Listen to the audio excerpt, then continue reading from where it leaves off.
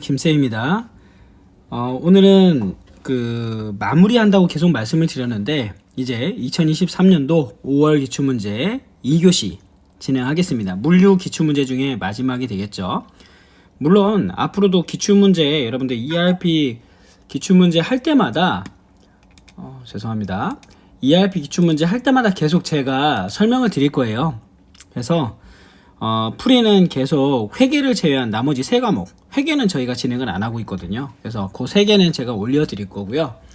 꾸준히 진행을 할 거다라고 말씀을 드리겠습니다. 자, 그래서 이번에는 11번 문제 지금 들어가도록 하겠습니다. 자, 이것도 앞에서도 전차수할 때도 얘기를 했던 건데요. 대응적 공급망 전략과 효율적 공급망 전략에 대해서 말씀을 드렸죠. 효율적 공급망 전략은 기존 제품이다 라고 생각하시면 된다고 했고요. 대응적은 신제품이다. 신제품이다 라고 생각하시면 좀 문제가 잘 풀린다 라고 했습니다. 자, 그래서 여기서 보시면은 높은 재고 회전율과 낮은 재고 수준을 유지한다. 얘는 지금 어디에 해당이 된다고요? 효율적 공급망 전략에 이거는 제가 지금 7회를 어제 풀고 지금 5월 걸 풀고 있는데 똑같은 문제가 나왔죠? 문제 은행으로 이렇게 나오기도 해요. 그러니까 이런 경우에는 땡큐죠. 땡큐. 답은 1번 바로 넘어가겠습니다. 12번 물류 거점 설계에 관련된 비용 항목에 대한 설명입니다. 요것도 은근히 시험 문제 많이 나옵니다, 여러분. 자, 가장 적절한 것은 하고 물어봤네요. 자, 그러면 수송 비용은 수송 거리에 비례하여 감소한다. 아니죠. 수송 비용이라는 거는 수송 거리에 비례해서 증가하죠. 그 다음에 물류 거점 수가 증가하면 수송 비용은 서서히 처음에는 감소를 하다가 어느 수준이 넘어서면 다시 증가하는 경향을 보인다. 이렇게 말해야 돼요. 1번 틀렸고. 2번 재고 비용은 물류 거점이 증가함에 따라 초기의 증가폭이 크다가 일정 수준 이상이 되면 완만하게 증가한다. 이해가 맞죠? 무슨 얘기냐면 재고 비용이라는 건 물류센터 거점을 만들잖아요. 그러면 처음엔 비어있을 거 아니에요. 그 비어있는 물류센터를 채워야 돼. 그러다 보니까 처음에는 어떻게 돼? 증가폭이 좀 커요. 그러다가 나중이 되면 일정 수준이 이상이 되면 완만하게 증가하겠죠. 왜냐하면 비어있는 재고만 채워주면 되니까. 그래서 2번이 답이 된다. 물류 거점 수가 증가하게 되면 수송비용은 아까 얘기했던 거네요. 3번 틀렸고요. 고정 투자 비용에는 인건비 및 초기 투자 설비 비용이 포함되며 물류 거점 수에 비해 감소가 아니라 증가죠. 4번도 틀렸네요. 자, 13번 문제. 기업을 운영함에 있어서 발생할 수 있는 여러가지 불확실한 상황에 대처하기 위한 미리 확보하는 재고. 불확실한 상황에 대처하기 위한 재고는 안전재고죠. 여러분들 이건 많이 우리 봤었어요. 그래서 지금 설명은 안전재고에 대한 내용이고요. 수송중 재고는 이미 대금을 지급해서 내게 된 거예요. 내게. 그래서 소유권이 나한테 넘어와 있는데 지금 나한테 오고 있는 재고, 수송중 재고, 파이프라인 재고라고 부르고요. 순환재고는 말 그대로 우리가 구매를 할 때는 경제적 주문량 또는 로트 단위로 구매를 하게 된다는 얘기죠. 로트 단위로 구매를 하게 된다는 건 뭐냐면 로트라는 것도 개념을 알고 계셔야 돼. 로트는 기계가 한번 생산하면 그 생산하고 멈출 때까지 생산하는 한 번의 그 단위, 이걸 우리가 로트라고 부릅니다. 그 로트가 수량이 되게 많아요. 그 많은 규모를 갖다가 한 번에 구매하게 된다는 얘기죠. 한꺼번에 그걸 다 구매한다는 게 아니라 단위를 많이씩 가져간다는 얘기예요. 다른 말로. 그래서 결국에는 많이 구매함으로써 그죠? 비용 절감, 할인의 혜택을 보겠다라고 하는 건데 그 대신에 가져와서 재고를 보유하고 있으면 그 재고는 처음에 많이 있다 보니까 일정 수준만큼 수요에 따라서 서서히 감소하겠죠. 그러다가 일정 지점에 가면 다시 또 구매하고 이 주기가 반복된다 해서 순환재고라고 부른다 했습니다. 자, 그래서 지금 비축재고 안 했나요? 비축재고는 계절적 수요 급등, 가격 급등, 파업으로 인해서 내가 쓰기 위해서 미리 보유하고 있는 재고는 비축재고라고 한다는 거죠. 답은 2번. 자, 14번. 보기 자료를 활용하여 고정 주문량 모형의 재발주점을 구하고자 한다. 여러분들 재발주점 구하는 거 기억나시죠? 이거 전에도 바로 설명을 드렸는데 일평균 소요량 곱하기 리드 타임 이렇게 보면 안 되겠네요. 제가 잘못 썼죠? 리드 타임 이라고 보시면 되고 여기다 뭐 안전재고 더해주면 되겠다. 그냥 해볼까요? 자, 일평균 사용량 4개 곱하기 이틀 더하기 2 하면은 10개네, 10개. 그쵸? 답은 1번. 자, 15번. 발송화주의 문전에서 문전까지. 자, 요거를 우리가 도어 투 도어라고 부르고요. 즉, 제품 배송에 있어서 완결성이 있다고 얘기를 해요. 이렇게 완결성이 있는 건 딱 하나입니다. 뭐? 화물자동차죠. 화물자동차.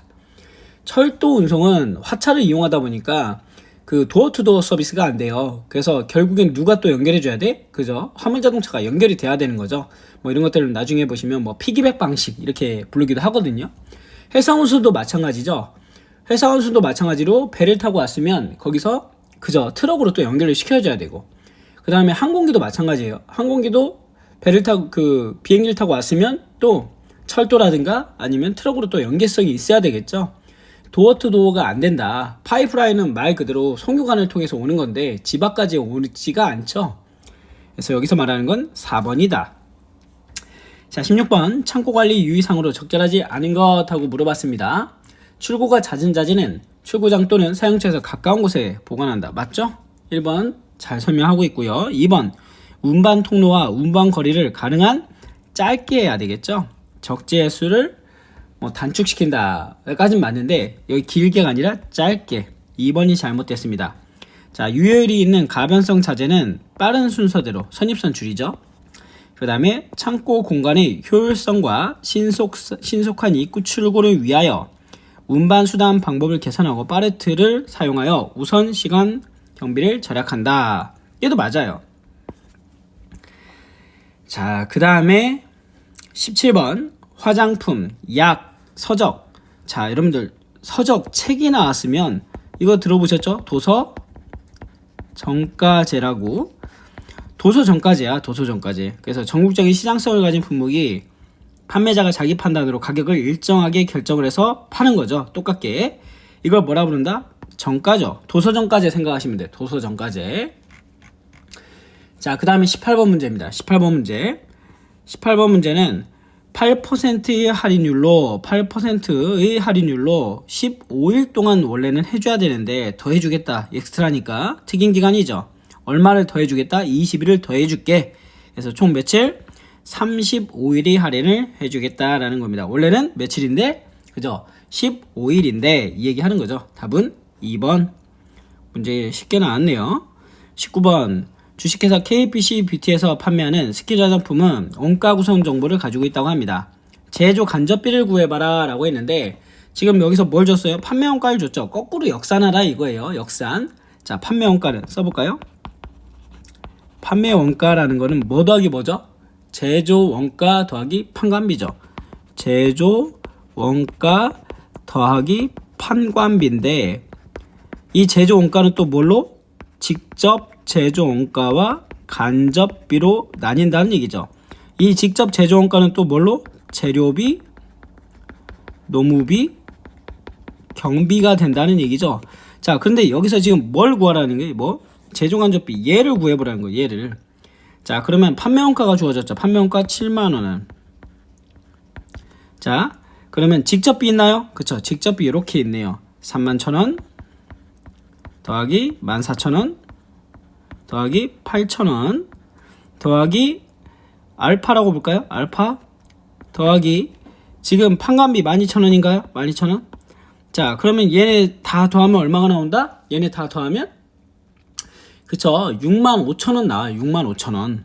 65,000원을 결국엔 뭐 하란 얘기예요, 여러분들? 빼란 얘기잖아. 7만원에서 65,000원을 빼주시면 된다는 얘기야. 그럼 얼마 나와요? 5,000원. 답은 1번이 되겠습니다. 요 뭐 19번 같은 문제는 약간 더하기 빼기 개념이죠. 더하기 빼기 개념. 자, 그 다음에 20번 문제는 공급자 선정 방식이 있었죠. 우리 공급자 선정 방식에 경쟁 방식이 있었죠. 제한 경쟁 방식, 일반 경쟁 방식, 지명 경쟁 방식, 수의 계약 방식이 있었는데 괄호 방식이란 입찰 참가자의 자격을 한정하고 일정한 자격을 갖춘 모든 대상자를, 그러니까 어떤 자격을 갖추면 모두 참여할 수 있다. 이건 제한이죠. 제한 경쟁 방식이다.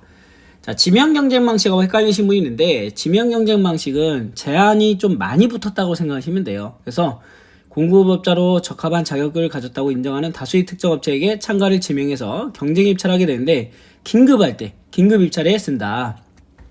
그래서 답은 4번이 된다라고 봐주시면 될 것 같습니다. 자, 이로써 이론은 다 끝냈고요.